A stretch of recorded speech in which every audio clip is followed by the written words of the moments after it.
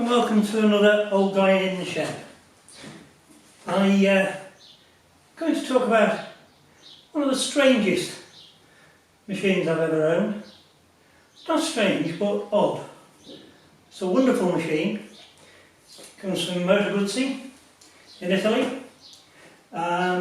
It has this absolutely huge flywheel that I think they bought old Leyland bus stock. It is massive. They sold these to the police force. The only reason I think the Italians sold this to the Italian police force was because they knew that they couldn't even catch Giovanni on his scooter. It is so slow, but it is wonderful and it makes you smile. It has lots of interesting features, one of which is the valve gear, which is horrendous to set.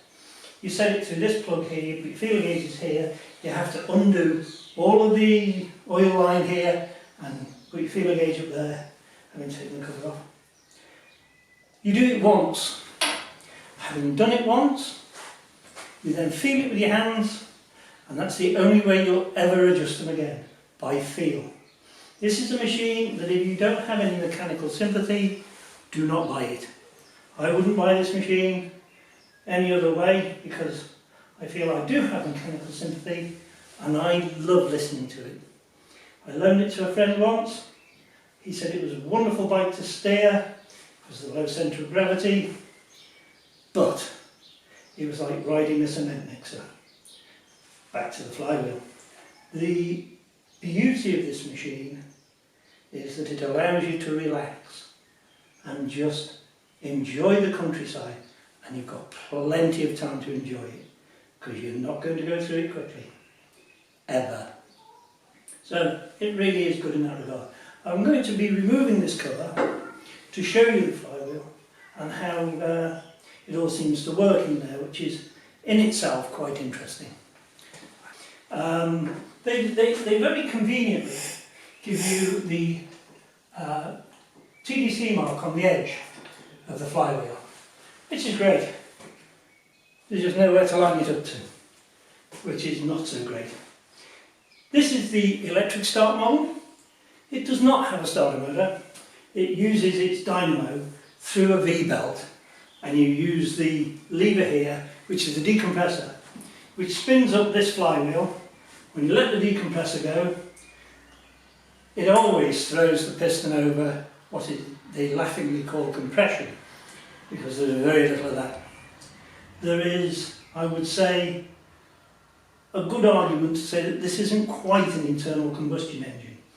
It doesn't combust as gently smoulder, and it gives enough power to turn that flywheel and sedately propel you down the highway. It's a good machine. It has this little carburetor here, and it has the exhaust underneath here, and it just wheezes. And as you turn it over, you can actually hear the air being drawn in and pushed out. It really is a thing of sort of, there you go, there's the hiss. It really is a thing of beauty. The other thing you can get at, I always take this off when I'm servicing the bike because it's easier just to turn the engine over than trying to rock the back wheel. There's this colossal gear shift system here for the kickstart. I think they borrowed it off a train coupling device, I'm not sure. But this engine has been around for many, many years. It started off as the Aironi, which was a 250, it then became a 350, and it ended up being a 500. I will say at this point, if you do any research on this, you will find that there is a maniac in Italy who put a very light flywheel on it, got rid of all of this, and what he put in its place was a supercharger. Now, I personally think that was a wonderfully mad thing to do, because I would love to see the look on some people's faces as it went past them. It must sound wonderful, absolutely glorious. This, in its standard form, The power comes in with a rush at about 3000 RPM and is all over by 3250 RPM. But it will just keep rolling along. I honestly believe you could ride this bike around the world.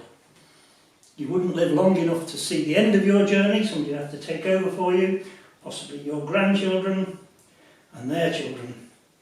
But it will do it. It will do it. It is. You can imagine this surviving a nuclear holocaust. It is just so robust and so beautifully made. I would argue with people that performance isn't everything. You have to remember, they were still making this when Suzuki were and Kawasaki were producing mind-manglingly fast mid-range 3-cylinder two-strokes. And Italy decided that the best way forward was to stay in the past. And in a way I kind of agree with them. It really is good. They obviously, because of their age, had problems. This particular machine's worst problem is its rims. I think the technical term for their condition is shite, which I honestly believe they are. That is a work in progress, hoping to cure that soon, because you can still buy all the parts for these machines. It's tremendous. There is a huge following for them because they made tens of thousands of them. Admittedly not with this seat and this tank, etc. Bulk of them were military or police or fire brigade or whatever. But for sure, a wonderful thing to own. I find it so peaceful and so entertaining to ride. And the other interesting thing about it is, when you go anywhere, motorcycle enthusiasts, such as myself, will always wander over and ask me what it is. And then I have to go through this whole story. Hopefully some of them will get this YouTube channel and they will see this, and it will save me so much of my life not explaining what it is I'm riding. Because they will see it and they'll know all about it, because it is a fascinating machine. And as I say, if anybody in the Moto Guzzi clubs or Moto Guzzi followers have never ridden one of these, please try and get hold of one and have at least a ride of it.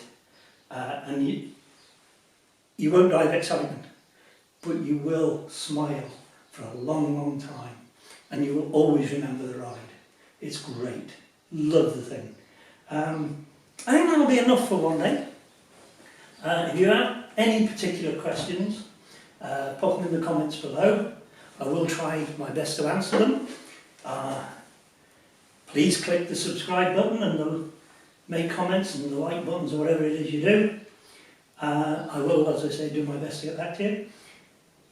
I think if I can maintain the interest in this sort of machine for other people in the future, they too will have videos to make and buttons to press, and we'll all be very happy about that.